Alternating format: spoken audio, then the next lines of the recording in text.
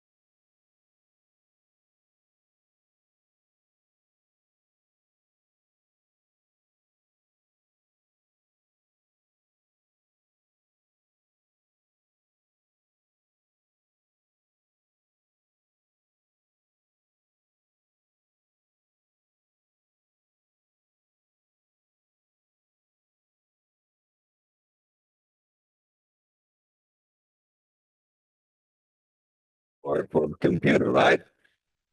And there you go. That's what it gave me. بحب الملوخية فتت كلمة عذوبة في الطعم تتراوح بالمقلوبة تسكب فن العطر وفي حضن الطعم تتناقص أحلام. Wow. Incredible, isn't it? And then it goes on and on. It's not made of poetry, but it's incredible. And again, it generated in seconds. So that is what ChatGPT is capable of. That's what large language models are capable of. And this is just the tip of the iceberg because now we have not just 3.5, not 4, but 4.5. That is. So let's go back and to the technical discussion.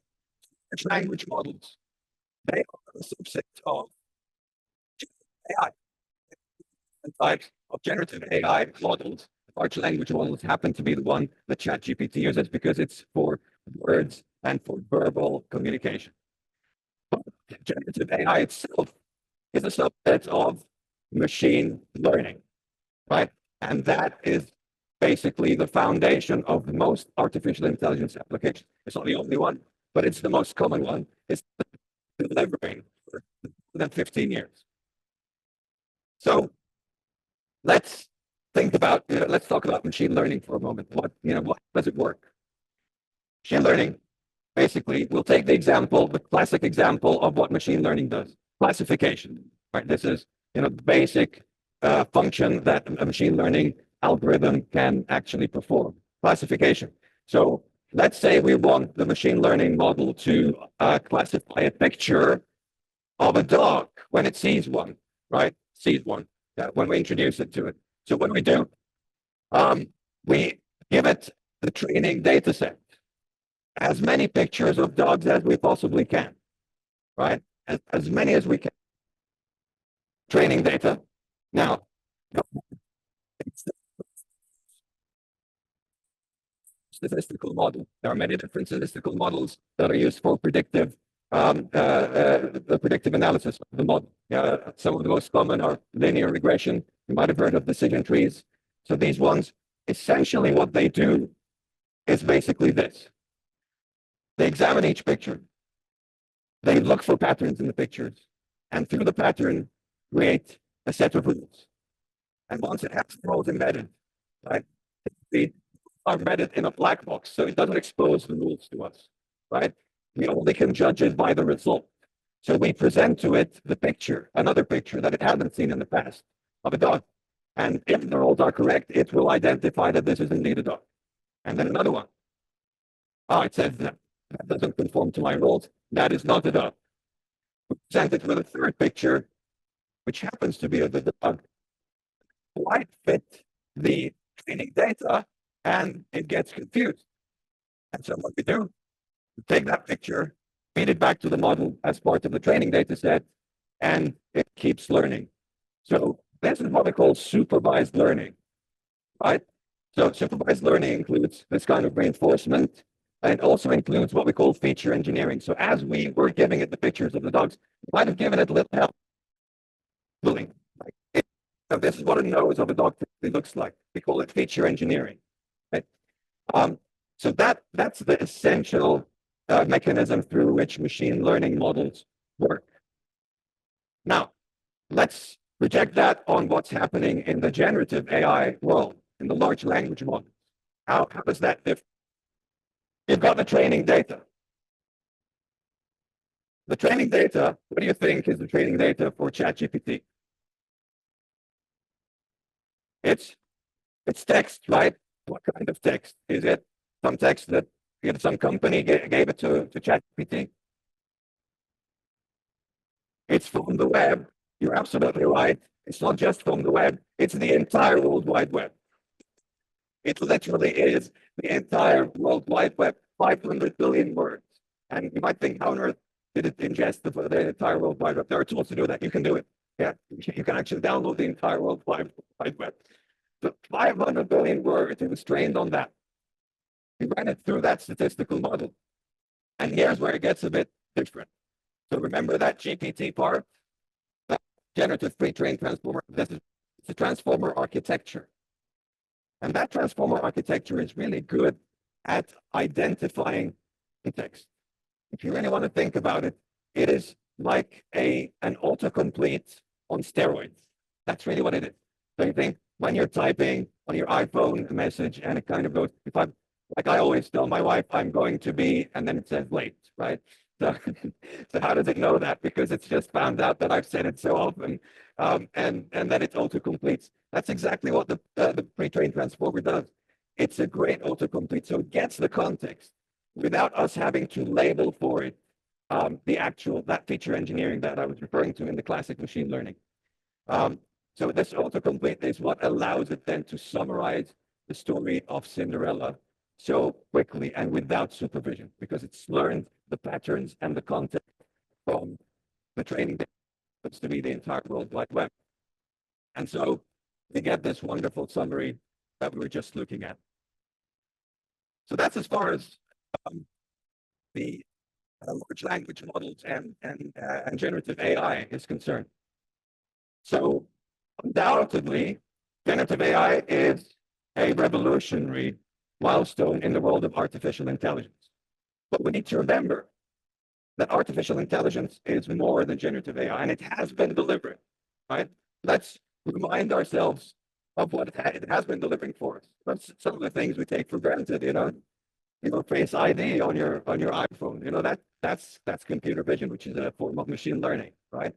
Um, if you think of on top of that, what it does in identifying our friends and family members from our photo album, etc., that is also machine learning, computer vision, right? Now, take something again that never probably crosses our minds in terms of we watch a football game or sports and we can see all that's going on the screen. It's identified that there's a player that's moving there, the shot's going through that way. All of that is happening in real time, and that artificial intelligence. Not just that, and specifically in sports, a lot of clubs are using artificial intelligence, have been using artificial intelligence to actually inform them of the right team formation. So they study the opponent beforehand, and it informs the coach of what kind of formation, who they need to put on the field, etc. Liverpool is topping the Premier League this season, and they have been in many past years. And they have a reputation for having one of the strongest AI teams in the Premier League, really leveraging that in a way that allows them to choose the player, so they don't often get the best stars, right? And you can see them they're getting the right players to allow Liverpool to win, right? But they're not necessarily paying the big bucks for the biggest stars. Um, so that's another implementation of AI. Something else that's been happening and is happening to us right now, all the social media apps, your Facebooks, your Twitters, your Instagrams, etc., your TikToks, and again, that's all happening in the background. It's looking at our behaviors and basically analyzing it in order for it either to suggest to us what post we should look at, what we should follow, actually deliver to us an ad, right? An ad that it predicts is going to be of interest to us based on our individual behaviors, right? So that's been going on for at least the past decade, hasn't it? Right? And we're all bombarded by social media in many different ways. That's artificial is machine learning. Now we move on to the enterprise world, in the world of business, right? One industry that has been benefiting from AI has been the insurance industry. So typically, you make an insurance claim, and it either gets approved or rejected based on the kind of damage, the analysis of the accident, etc., assessing the actual cost of the repair. That used to be done by humans. Today, it's supervised by humans, but essentially a lot of the effort that goes into this analysis is cut through artificial intelligence. So you run the pictures through an AI model, that machine learning model, and it's able to tell you, to give you a recommendation to do with the claim, whether to approve it or not. Now, I come from a telecoms background. We used to use artificial intelligence in our network planning. So, when you're handling 40 million customers, as my company was, you're basically looking at a very fluid environment of usage, right? So you have certain times of the year where there's going to be a lot of demand in a particular area, then less demand elsewhere, and you need to be in that dynamic position to predict the usage. We used artificial intelligence to tell us by looking at thousands and petabytes of data, basically, to allow us to predict where the demand is going to come from, where we're going to have the shortages, etc. And not just that, we also used it for understanding the customer behavior. If certain customers were likely to leave our network to the favor of a competitor, then we'd be able to give us early warning signals that we need to save that, rescue that customer by giving them some compelling offer. Another machine learning application, predictive maintenance. The manufacturing industry, you don't want to wait till a piece of equipment it stops your production line to anticipate that early enough, and machine learning has been helping manufacturers do that. Preemptive maintenance. Right. So as we're talking about AI for enterprises, what does it take to enable machine learning in your enterprise is the question. The first element is data, right? No data, no AI.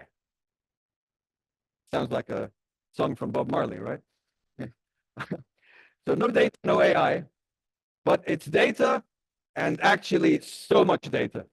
So I was just telling you about the example from telecoms. We literally were processing, petabytes of data on a daily basis, right? So the more data you have, the more opportunities you have for your machine learning models to learn, right? You take the example of, the World Wide Web, or when we talk about the dogs. So the more data you provide, it's going to be. So the first element is data. The other element is the geek, right? A key component of any machine learning environment, any AI environment, is a data scientist, right? So when we talked about those complicated models, you will like decision trees, regression analysis, etc. You need somebody who knows how to program. So they need to actually have a combination of two skills.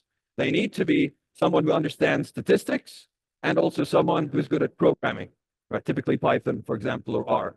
So you've got that combination of very rare skill set of a data scientist, and there's been a race to hire those people. I can tell you, we were hiring them in my company, and they would stay with us for a year, and they were off to double their salary or something. So it's a very competitive market, and that's what makes it difficult for companies to grow that AI capability within the organization. Impediments. And what else do you need? Well, if you want to process the petabytes of data, you need a huge data center, right? So you need a lot of storage, you need a lot of compute. So that is something that actually is now not absolutely necessary to own because we have cloud, right? And I think that's a great thing about the fact that we have cloud. So cloud saves us to invest in huge data centers, and especially that you don't need all that capacity on an ongoing basis. You need it when you run a model at a particular point in time. So if you get that elasticity then you just use it when you need it, and you're not paying for a full-scale data center in that manner. So if we were to summarize the components, so you've got the computing and the algorithms. They're pretty much something that are accessible to any organization today. Why? Because the likes of AWS or Google, they will provide those to you, and you can pay as you go. So there's no real obstacle there. I mean, the obstacle might be that if you do it a lot, then the bill might go a little bit high, but at least it is accessible, right? So the models, they exist on the platforms like AWS and Google and Microsoft, and the compute likewise. The challenge is here, right?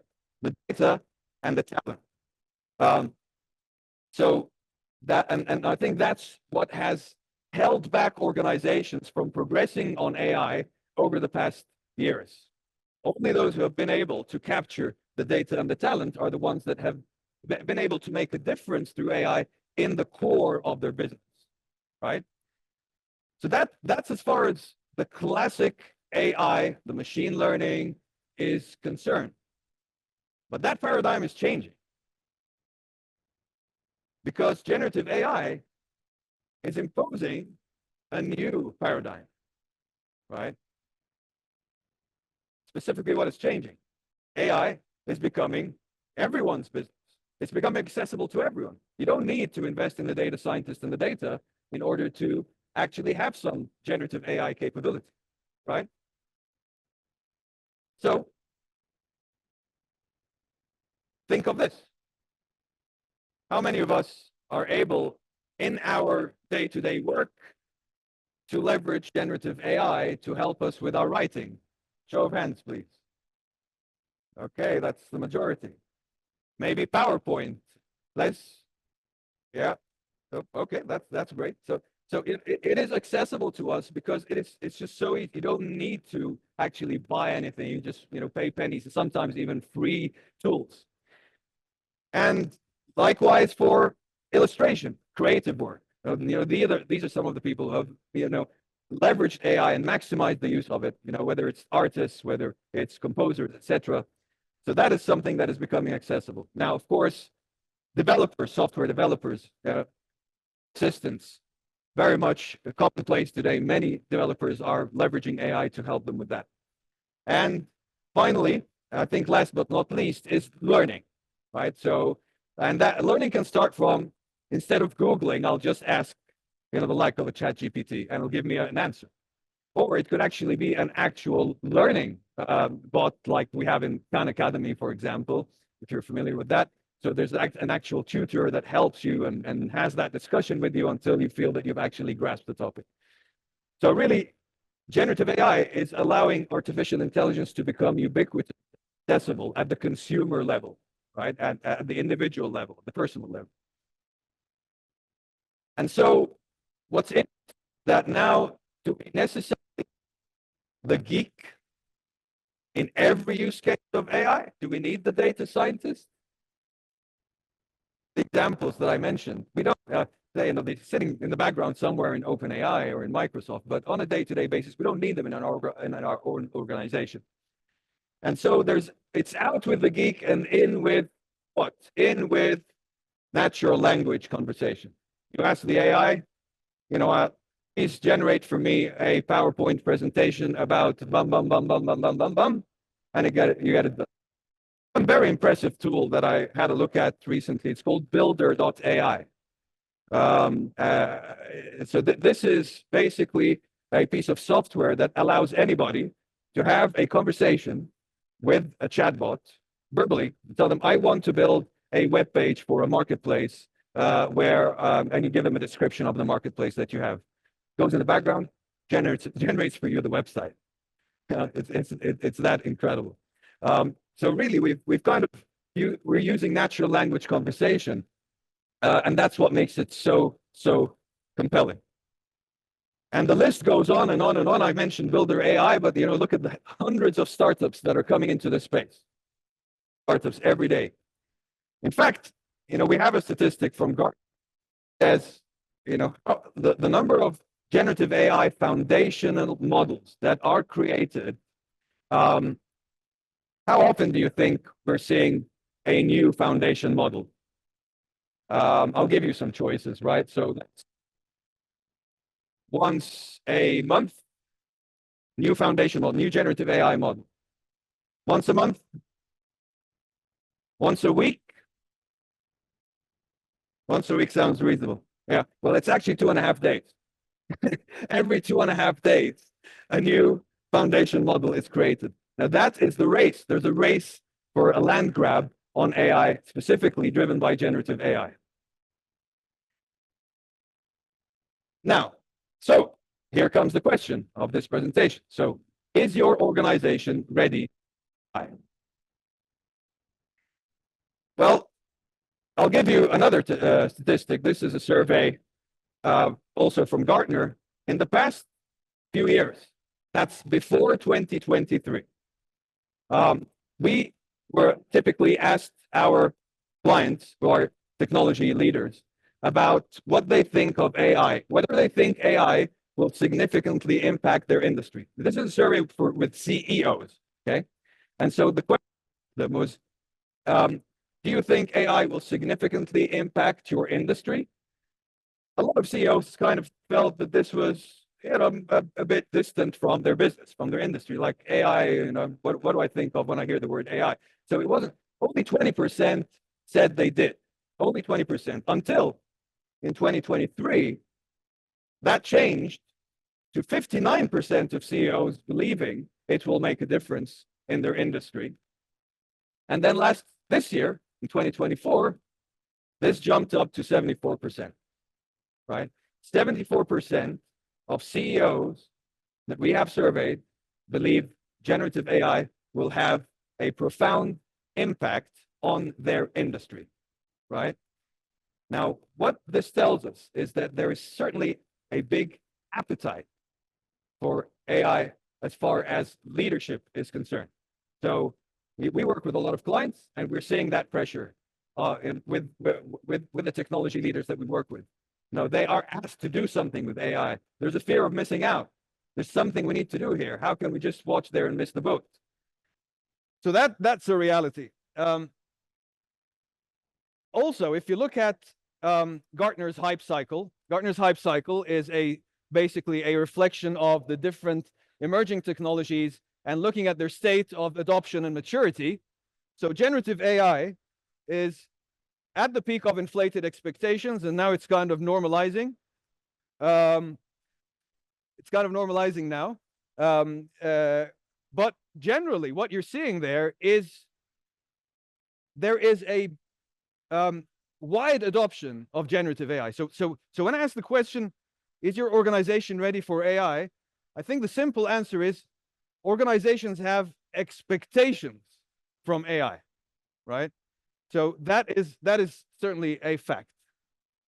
Well, that's good news, right? That's good news. So there's this eagerness, there's this hunger for AI. But now comes the question, is your data ready for AI?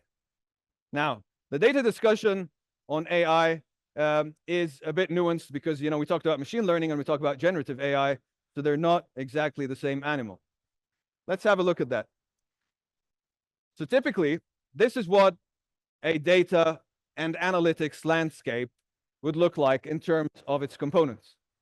So you've got different data sources, operational systems, mobile applications, websites, etc.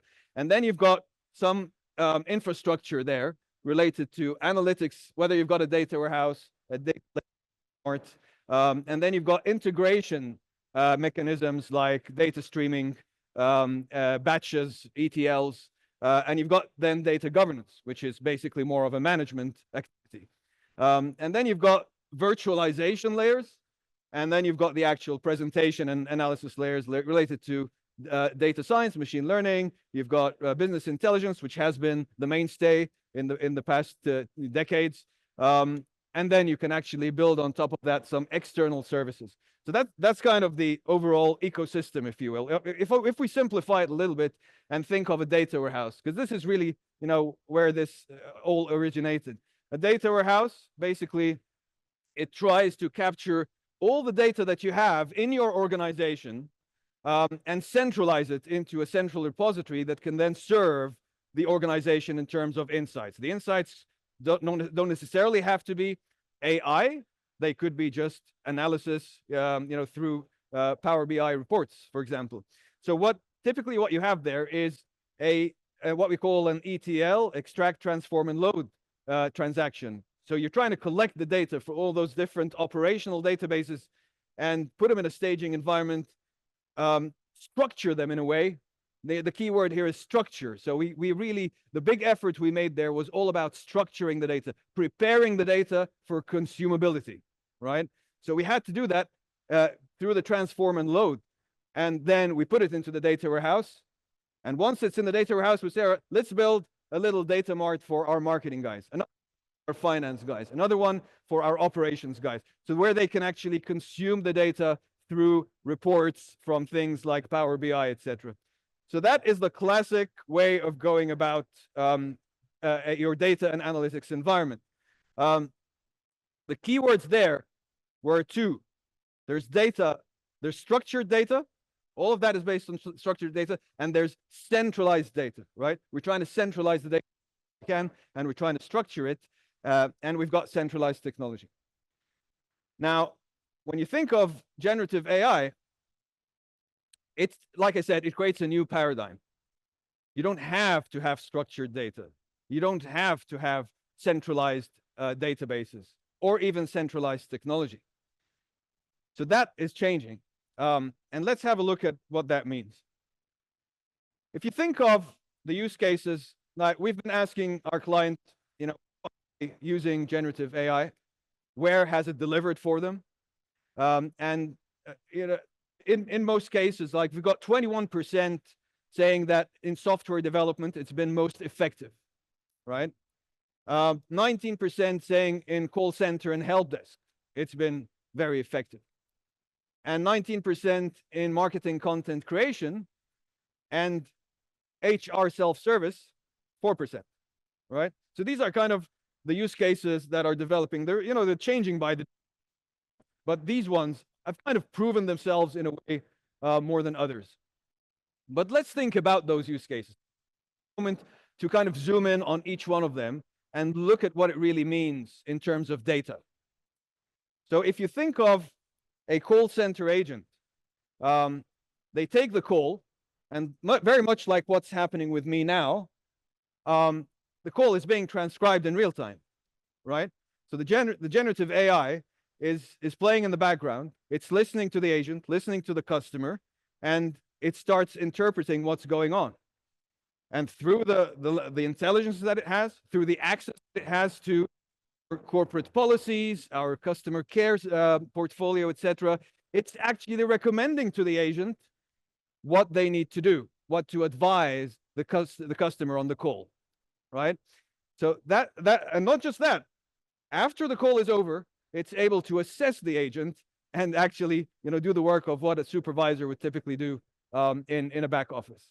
So that is a compelling use case, and it's working very well. We haven't yet reached the stage where we're saying we're replacing the customer service agent. It's probably going to happen, maybe 2 years from now, 5, I don't know. But it's probably going to happen, because at the rate of acceleration that we're seeing with the maturity of the technology, it will be good enough. Right now, it's about assisting a customer service agent. But when you think of what that means in terms of data, what key data item have we used there? Data asset have we used there? It's an audio file. It's not even an audio file. It's live audio, right? And perhaps also combined with our policies and our regulations and service portfolio. And again, that is something that's probably in a PDF document or something. Another use case that's quite common, AI for resume screening. That's being extensively used by the HR folks. And that's basically, the data asset there is email, all right? So that's unstructured data. Think of an advisor on legal, like that. That's another use case that's also picking up. So use AI to advise you on legal by lawyers, basically. Likewise for HR also, when it comes to your HR policies. So what are we looking at here? We're looking at a PDF repository, right? So and a PDF repository is also a form of unstructured data. It's not tabular. It's not something that you can put into a database, right? And if you think of programming and software development, the data source there is a Git repository, right? It's a code repository. So as you can see, I mean, the theme that we're building here is that, the data is very much unstructured. And when you think of unstructured data, you need to think of a message, right? So imagine yourself walking into a messy room, and there's data everywhere, right? I mean, there's data, we can't even see it, the beauty of generative AI, before generative AI, if you think of this analogy, we would have to clean up every inch of that room in order for us to use the data. But with generative AI, you don't need to clean it anymore. You just leave it up to generative AI and able to pick up the data lying on the floor, the data on the sofa, the data in the pot, And even the data that we're not seeing, it will figure out that there is a pair of running shoes under that cupboard. They're size 9 and their color is pink, right? So it's actually identifying the data that you're seeing. And you can think, wow, that's amazing. I don't need to structure my data anymore. I don't need to do the housekeeping, right? I can be lazy. Quite, yeah, to some extent, but not quite. Why? Because first of all, it's expensive. Yeah? So if you're going to fully rely on generative AI to do the housekeeping, it's an expensive housekeeper. But there's another big reason why. Because of the risk, right? So think of who you are going to let into your room. Who are you going to allow to touch your stuff, right? So access rights is an extremely important part. You let it, you will basically to vacuum everything that it can. It will label everything, it will capture all the data, and that might not go well for you. Think of your corporate presentations, your payroll, your organization chart, etc. So all of that, you need to be careful. Don't want to leave the door open without control. So access rights, basically what we're saying is get the data, structured data. Your data will not be ready for AI until you do that. Get the data access rights for unstructured data. The other risk that we need to manage is data interpretation. Now we've all heard about AI hallucinations. Yes? AI hallucinations, basically when it interprets things incorrectly. So large language models can sometimes get it wrong. Sometimes they can get it dramatically wrong. Now I'll give you a simple example. It might not be a large language model example, but it just shows how AI can be wrong. You see these pictures. These are pictures of what? Bagels, right? But within the bagels, what else do we have there? We have dogs, right? Now, AI doesn't see that. That's something that wasn't, it classified them all as being bagels. Another one, muffins, right? You see the dogs there? Okay, I'm sure you do because you're human, right? Because AI builds up from the details. Humans fill in the missing details with their experience, right? So we need to be careful with what the AI gives of misinterpretation. And if we rely on it blindly, then we can really go astray. The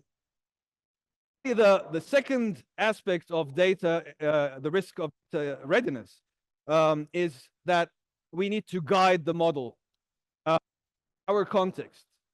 And that is basically two things, semantics and fine-tuning, right? Semantics is basically where you tell it, what does revenue mean? Right? So remember, if we talk about, ChatGPT has the knowledge from the world. So it knows what revenue means in general. It doesn't know what revenue means for my organization, right? A good example, a client of mine, they provide citizen services, but they provide citizen services within a specific jurisdiction, right? And they were trialing this generative AI chatbot with the citizens, where basically the citizen would come in, ask for the service, but they weren't entitled for it, right?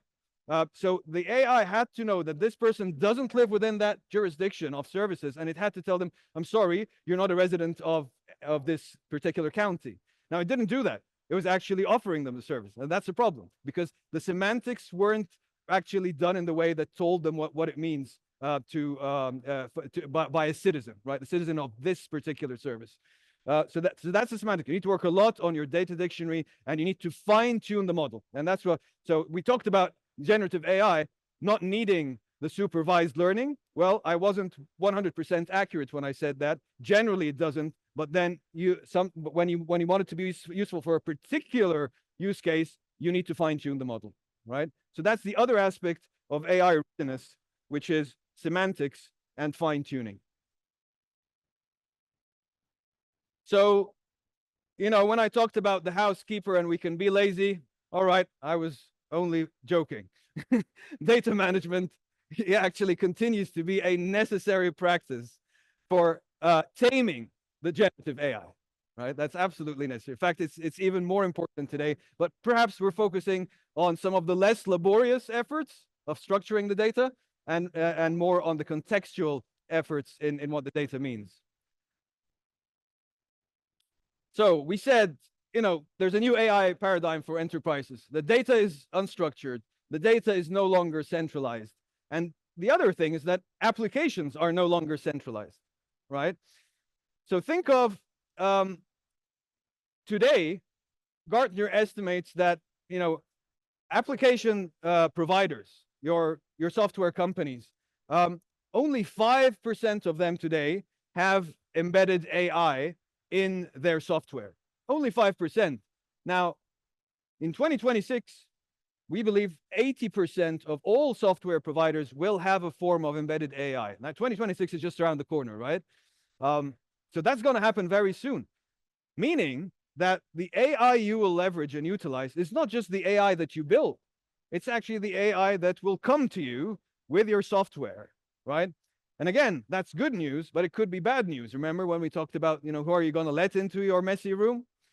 So actually, this is the fact from Gartner. It's the Magic Quadrant. And this is one of the more recent Magic Quadrants that we have, which we've built specifically for the generative AI emerging markets for knowledge management applications. As you can see there, look at the number of players there. A lot of them would be familiar to you, all in a race to add AI features and functionality into their software, right?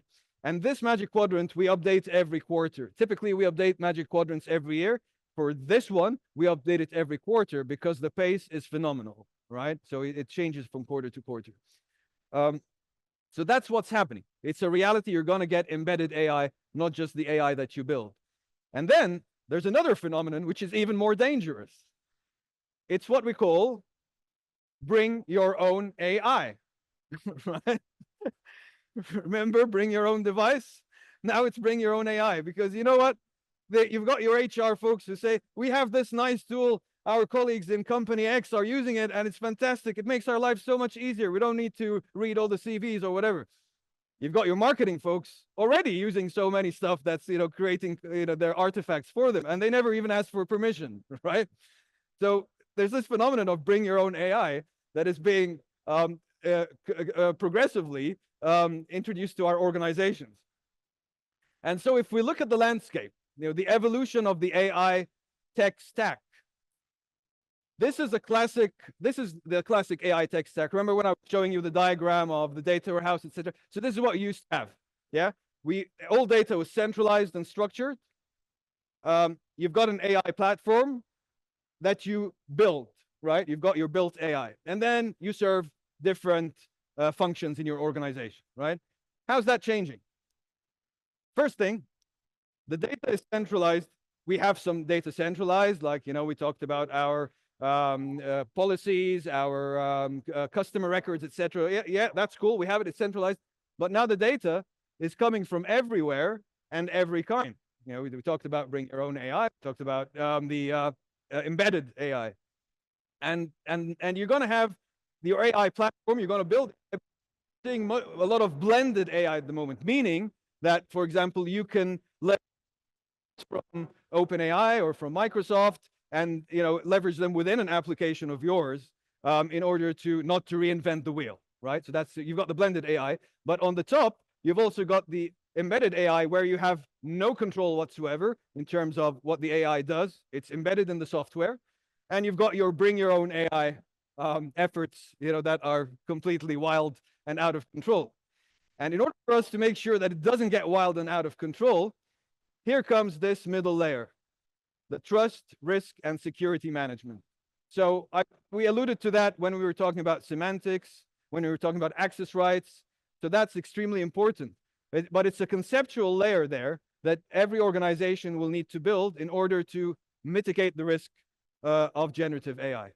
And then in the middle, on top of that, you're going to have some governance, some actual, committees.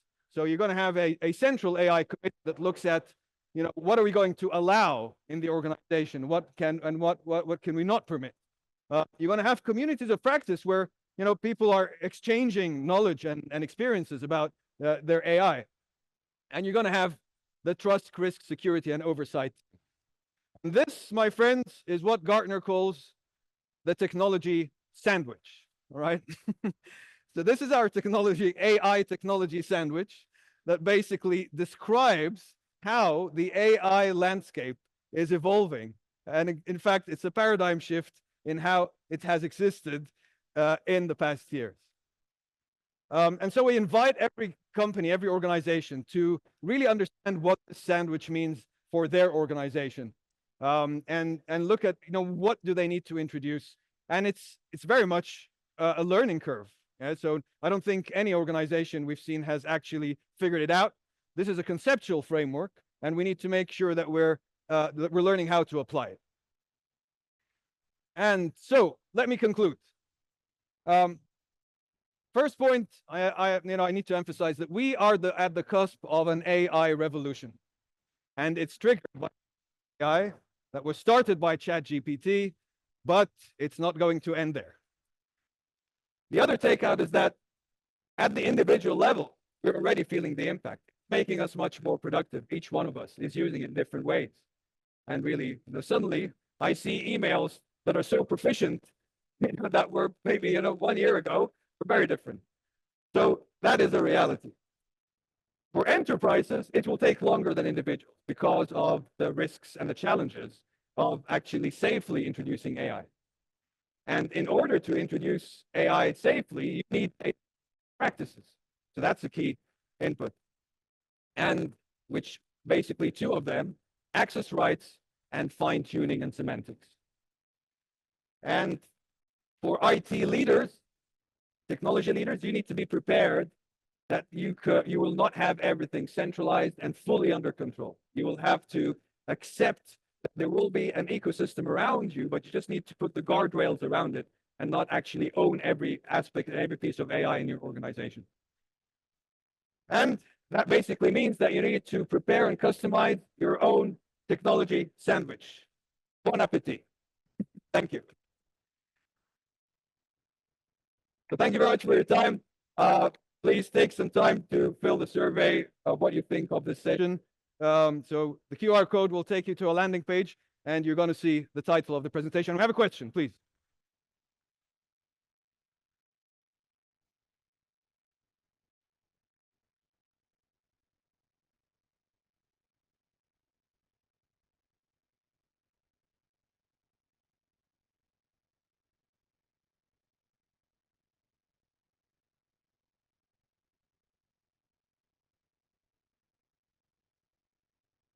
Okay, you've already asked your question. I'll summarize. So Amal, right? Amal. So Amal was asking, when it comes to the technology sandwich, what experiences have we seen in terms of fulfilling it successfully, right? Well, it's a tricky question because, like I said, technology sandwich is a concept we just came up with a month ago. Now, but if you break it down into its components, what we're seeing are organizations that are fulfilling bits and pieces of it. So we're seeing organizations that are actually introducing very strong security management practices. We're seeing organizations that have committees for governance. We're seeing organizations that are introducing data management and really trying things out. So I was telling you about this example of the organization that was serving its citizens with this pilot chatbot. Interestingly enough, another instance where it went wrong was when somebody said, "I'm unhappy with the service," right? And the chatbot was responding to them, the generative AI model. It said, "Okay, if you're unhappy, you can escalate to the office of the minister," right? So this is that you would never get your call center agent asking you to escalate to the office of the minister. They should be, proposing some solutions. And so what they learned on the back of that exercise is that they really need to double down on the semantics and the fine tuning. So we see a lot of organizations that have actually made those trials, and they're learning how to master the art of fine tuning, because it's not easy. You need to look at all the consequences, all the possibilities, and feed the model back with the learnings. So it's an evolving landscape, and I think we're all in that journey to learn together about it. But thank you very much for your question. Any other questions? Yes, please. Can you pass the mic? So, oh yeah, so it was a nice presentation, and I really like the technology sandwich thing you showed. Hear you. Yeah. Can you turn the volume up? Okay. Oh, because that goes straight to the ear headset. Oh, never mind. I'll just come closer. Go on. Everybody else can hear. It's just me. Yeah. Hopefully. Yeah. So I really like the technology sandwich bit. How do you think these big AI labs like Google DeepMind and OpenAI, they have certain frameworks? So I think OpenAI has the preparedness framework, and DeepMind has the frontier safety frameworks. What would you like those labs to do in the line of your technology sandwich to Yeah. make safer AI and so on? Thank you. That's an excellent question. So the question is about the big tech giants, the people who actually produce the generative AI. You remember we said, most of us will not create generative AI. We'll just leverage it, right? We'll just leverage it from Google, from Amazon, from OpenAI, etc. Now, in Gartner, we also talk about two AI races, right? There's the tech vendor race, the Googles of the world, and there is end user, right? The tech vendor race is an accelerated race, as we saw in those embedded AI functionality. So, they're going full on, wanting to capture land and be first. For us in our organizations, we can take our time and slow down, right? And especially if our industry is not being disrupted by AI. So we're still kind of very much, most organizations are in this improvement of productivity, right? So there's no sense of urgency in terms of, I need to do this very quickly. So advice is that as an organization, if you're not being disrupted, then maybe you have the leverage to actually start installing those practices and looking at what the vendors are providing and deciding safely what matters to you. Now, for them, obviously, they're going to push. I've had customers where they've deployed Microsoft Copilot, OpenAI on Azure, and they came back with huge bill shocks to start with, right? Because the cost of the tokens is incredible, right? And so we just need to slow down. We should not be following the vendors because they will try to sell us as much as we can, as they can. And the business case for generative AI is still very much under development. Yeah. So what you spend is not necessarily going to give you an immediate return. So we say there's a steady pace. For most organizations, it's the steady pace. For other organizations, it might be an accelerated pace, but then there'll have to be some. Yeah. I hope. Question. All right. Thank you very much. We've got 2 more questions in 5 minutes. I'll take this one first. From your experience with different customers, it is expected that to increase the generative AI with enterprise, and a lot of entities will start to develop their own generative AI models to protect their data. Yeah. Or it is expected to dominate from the big guys. Yeah. Again, a brilliant question.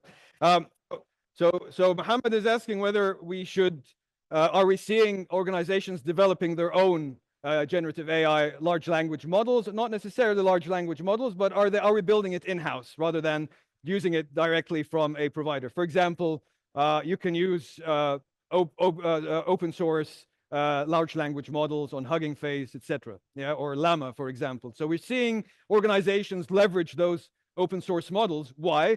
Because they want to host them internally. They don't want them to be on the cloud. But that then requires a lot of skill in terms of being able to leverage that model internally in-house. So there's more effort there, and also less maintainability. You'll have to take care of it, just like any open source piece of software. So you're going to own it, and you're going to have the skill sets to maintain it in the future. We're seeing that being a driver for many organizations that don't want to be exposed. So they get the large language model, it's hosted, and then they need to invest in GPUs. And that's another limitation, right? So they need to actually start investing. When I talked about cloud, it takes away the hassle and the investment in your infrastructure. Well, you're going to have to invest in it if you're going to host it internally. So really, I think it's a trade-off. We're seeing some organizations, typically those that have good software engineering capability, they tend to go down that route. They want to try things out for themselves. But many of the organizations that are typically dependent on third parties and outsource, very difficult for them to do that. So they just go down the route of third parties. And one final question from you, please. Thank you very much for the presentation. Very nice. I'll have to come closer. Yes. My name is Martina Lagal-Malakova. I'm from GaiaXap Slovakia, which is focusing on data spaces and data sharing. And I have a question to your presentation, because on the slide, data analytics and NI landscape, you put data sharing as a social initiative. Why? Yeah. Okay. Well, thank you. No, thank you for that. Yeah. So your question is on the slide where we had the ecosystem of data and analytics. You said data sharing part of the social. Yes. So many organizations are looking to leverage some data assets and some data components that they have to the benefit of external parties. Yes, but I ask you, for example, as I am focusing on data spaces, but the most important data spaces is the most important data sharing is for the, for example, manufacturing sector, energy sector, circular economy, and this is why I ask you the question why you put on this social initiative. Right. It is really business initiatives. It could be a mix of business and social. I'll give you an example. When I worked for a telecoms company, like I said, we sat on vast amounts of data, and the data was about a big part of it was about consumer behavior, right? We knew where everybody lived, where they go, who they called, you know. So we created models to basically profile consumers. And that model could be interesting, you know, in the same way that, you know, the social media companies do, like Facebook, they do targeted advertisement. So in that sense, you know, you could utilize it for in a social. This is clear. Okay. This is clear. And my question is why you don't put data sharing in manufacturing sector, energy sector, and business cases sector? I'll tell you what, let's take this discussion offline, right? I'll come to you. It's going to be much easier because our time is up. Thank you very much, everyone. Thank you.